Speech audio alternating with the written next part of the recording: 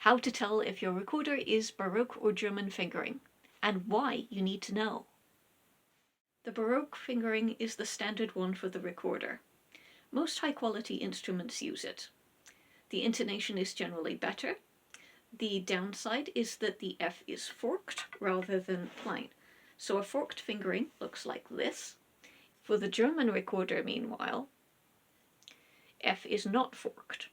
It looks like this. This makes it slightly easier for beginners, and German fingered recorders are often used in elementary school recorder classes in North America. This is not the standard recorder fingering, it's a fingering variant. And there are actually some downsides to it. In particular, making the fingering easier on the F actually makes it harder on the F sharp. And that's also true in the upper octave as well. So the benefits only really accrue to beginners, and if you go past beginner, there is no real benefit. It also has a reputation for being less in tune than the Baroque recorder. And for that reason, you tend to see a lot fewer good quality German recorders than you do Baroque recorders.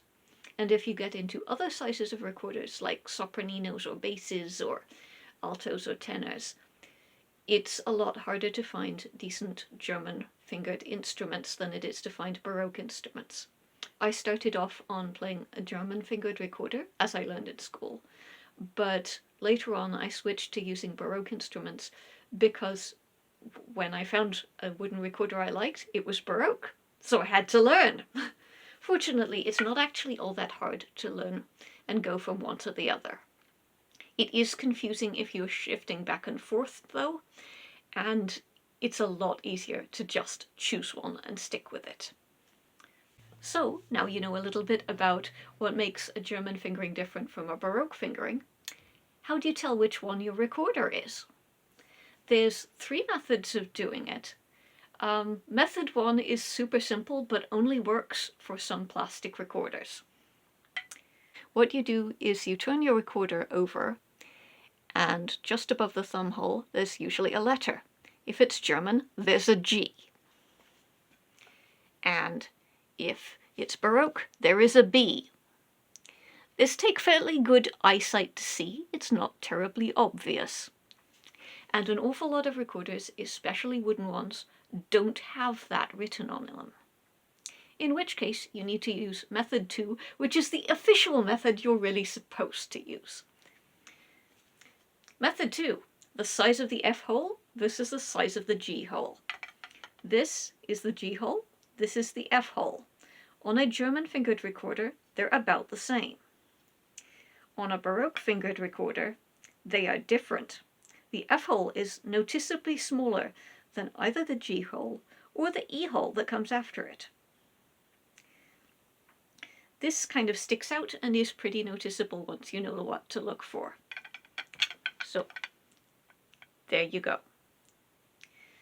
Method 3 I've only ever had to use once.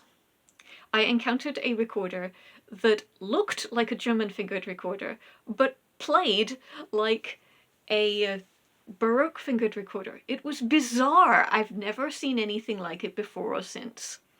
Hohner Alto recorder. I don't recommend it. It's confusing as anything. What happened in that particular case was it looked like a German fingered recorder. It had a fairly large F hole, but when you actually played it, it was horribly out of tune. If I shifted to using Baroque fingerings, it was then much more in tune. If you encounter a recorder that doesn't seem sure whether it's Baroque or German, you probably don't want to buy that recorder.